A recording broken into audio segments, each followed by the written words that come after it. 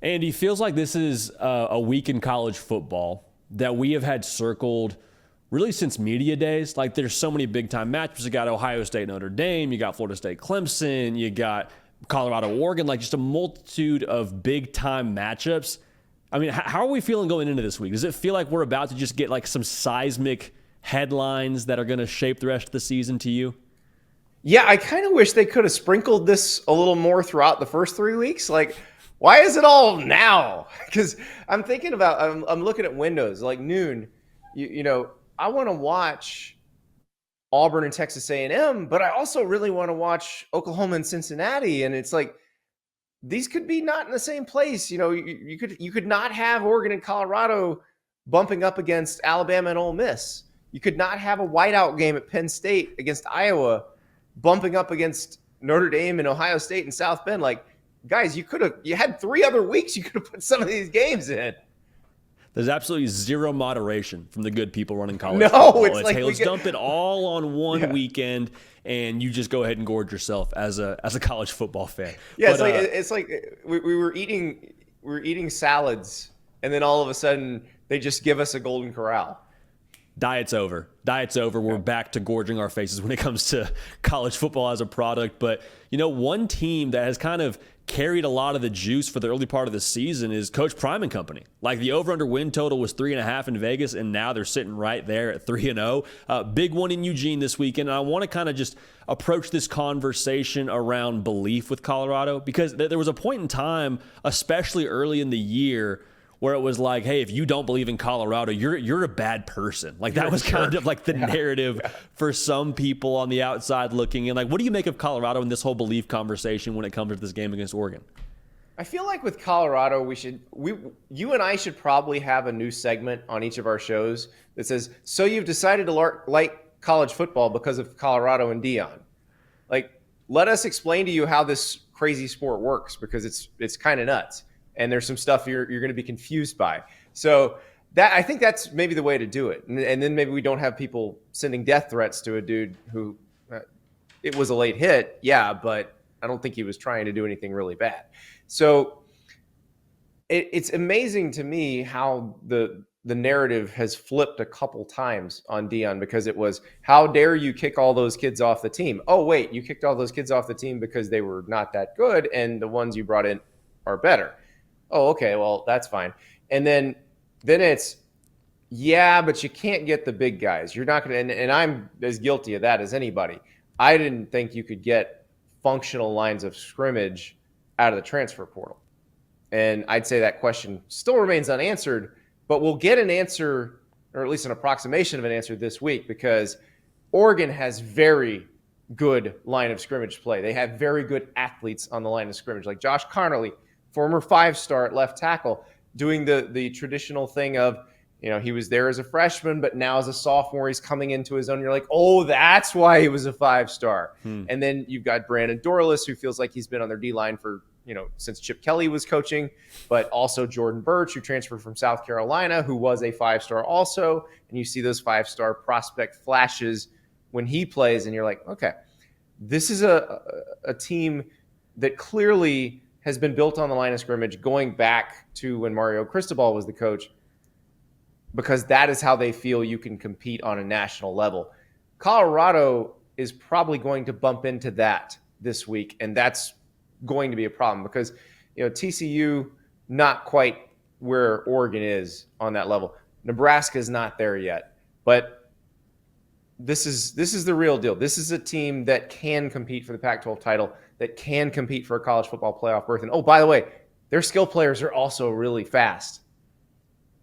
Yeah, I mean, it's kind of one of those things where, like, it's two things can be true. Like, Colorado could be a phenomenal story to this point. They could have overachieved, and, like, nobody has, seen what Deion Sanders has done at Colorado, I think, like, ever in college football, and it's phenomenal. But also, it's like, are they a top-tier team in college football? No. And, like, nobody's a hater. Nobody's down on Deion Sanders. No. Nobody's anti-Colorado. It's just like, this is really impressive. Also, this is Oregon. They're not necessarily on the same playing field, and that's why and you don't have Travis Hunter. Points.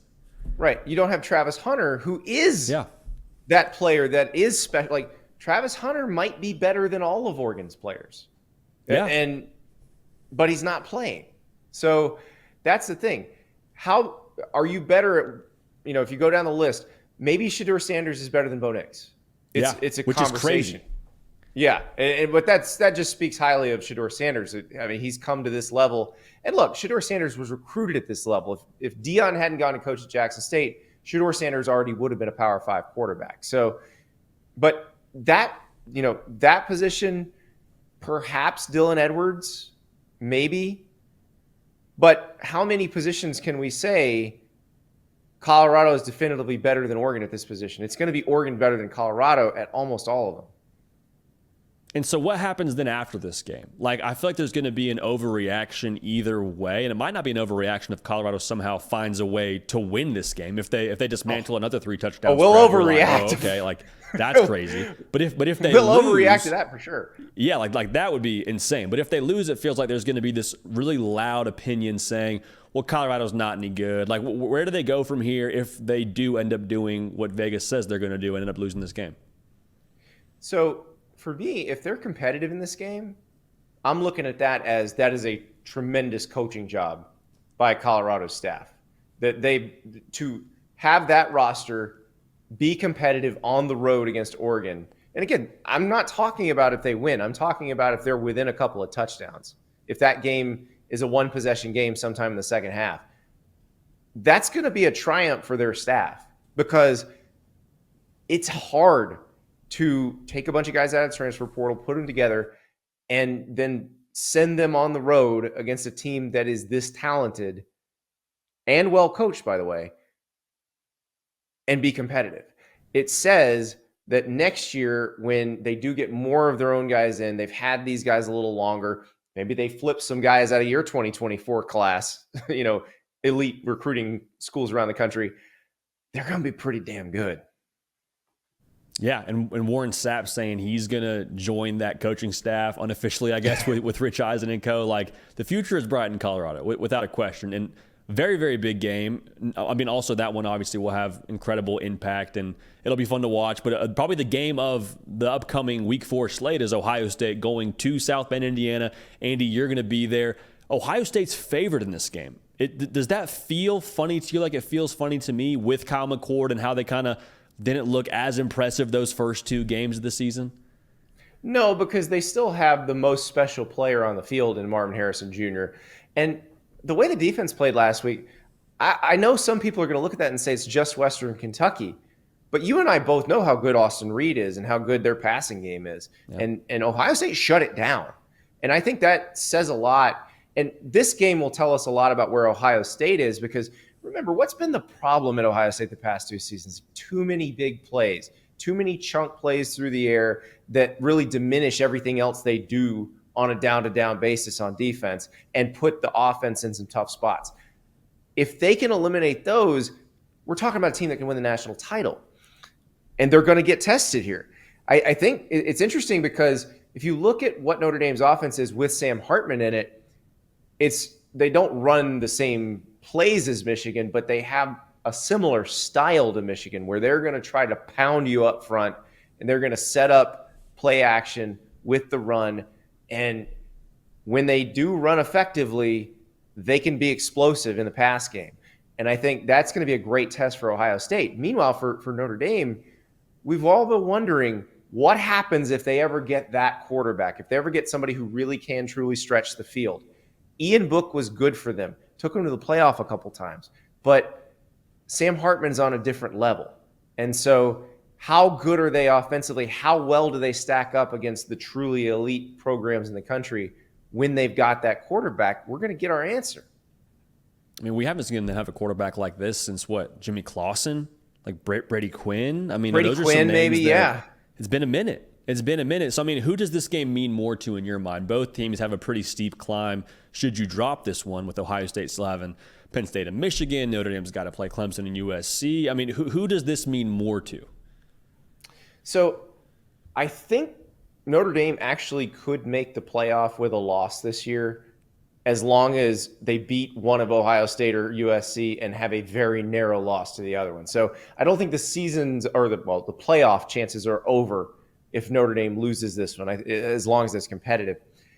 Ohio State, same thing. Obviously, they would be back against the wall in Big Ten play. I think it's probably more important for Ohio State because if you lose this one, you got to play Penn State and Michigan. And then you've still got to get through that unscathed. Really, we haven't seen a 2-loss team make the 14 playoff yet. Next year, no problem. You have 2 losses, you're still going to make the playoff. But this year, if you lose this one, that means you got to go perfect against Penn State and Michigan. That's a big ask. And Notre Dame, too, going back to that, I'm curious to see if they drop this game, no conference title game, I mean, we've seen them, be hurt by that in the past, but I think I'm with you here with Kyle McCord and everything that they're breaking in that's new and how good the rest of the Big Ten is. Like those games against Penn State and Michigan, it sounds crazy to say. It feels tougher than the Clemson USC gauntlet. And, it's kind of just is what it is right now. But going to what we're talking about with Clemson, JD, go ahead. JD. Yeah. Don't forget who Notre Dame plays after Ohio State. They have they got to go to Duke. Ohio State. They got to go to Duke.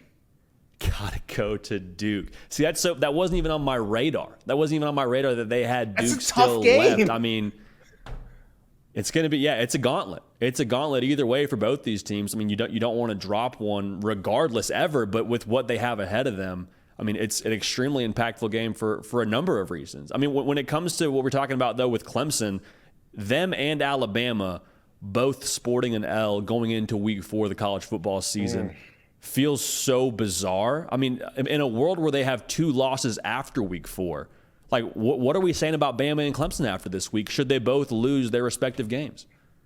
We're saying that the problems are not imagined, that they are real. It's not something that can be fixed probably this season. It's something that probably needs to be overhauled. And I realize there are fans of programs that perennially go 6-6 that are like, oh no, they're going to go 9-3. That's the worst thing. No. For them, it is the worst thing ever. Like they're not used to this. This is not what they're built for. And it's probably worse for Clemson because at least if Alabama loses to Ole Miss, Alabama's SEC hopes are still ahead of them. And unless Ole Miss somehow goes undefeated through the SEC, which I doubt would happen. Clemson, if they lose to Florida State, they'll have 2 ACC losses in September. They're probably out because probably if they lose to Florida State and are sitting there with 2 ACC losses, there's a chance they pick up one more, and that's the one that actually knocks them out of the ACC title race. But it's really one of those things where you go, okay, now we have to examine what has to change for them to get back to where they were with either one of these programs. And I think, with Alabama, this is an interesting one because Lane Kiffin has played them fairly close historically. That team last year, Lane was pretty upfront about Ole Miss's early success last year was pretty schedule-based. And they had that backloaded schedule. And then they did lose quite a bit in the backloaded schedule. The Alabama game was only a 6-point game, though. That's one where a worse Alabama team and a little bit better Ole Miss team, that result probably gets flipped. Well, that kind of sounds like what you have this year. And what are we saying about Lane Kiffin if they do beat Alabama? I think there's so much conversation around on one side, if they don't beat Bama this year and you're an Ole Miss fan, you're saying, okay, if not now, then when? Like, when are we actually going to get over this hump? But if he beats Nick Saban, like the conversation around Lane Kiffin being a close to tier 1 head coach in college football, I think you actually have to start looking at that as a possibility. What does this mean for Lane Kiffin in this one? Well, they already pay him like a tier 1 head coach. So yep. I think you should win like a tier 1 head coach if you're going to be paid like one. And I agree with you. If not now, when? This is the most vulnerable Alabama has looked. And the more interesting subplot I'd say in that game, JD, is Pete Golding. Golding was Alabama's defensive coordinator. Here's a guy who's told by the fan base, you're the problem. We need to fix you. Fixing things involves getting rid of you. Now he gets to come back and say, maybe it wasn't me. Yeah, I'm sure he would sure he would welcome that moment, if you will, being able to kind of go face to face with the good folks in Tuscaloosa and let them know that he wasn't, in fact, the problem. We've talked about this Week 4 slate. It's going to be absolutely incredible. And there's so many high-profile matchups, so many big brands. Andy, what are some games that are getting overlooked, or even some storylines that are getting overlooked in your mind when it comes to this weekend? Well, how about the 2024 Pac-12 championship game, Oregon State versus Washington State? The Beavers and the Cougars are undefeated, both of them. They're both very good. Oregon State, they went into San Diego State, beat them 26-7. Like, I realize to a casual fan that probably doesn't sound that great, but San Diego State is hard to dominate. They've given Pac-12 teams massive problems over the years. Oregon State made it look pretty easy. And Washington State, you saw them beat Wisconsin a few weeks ago.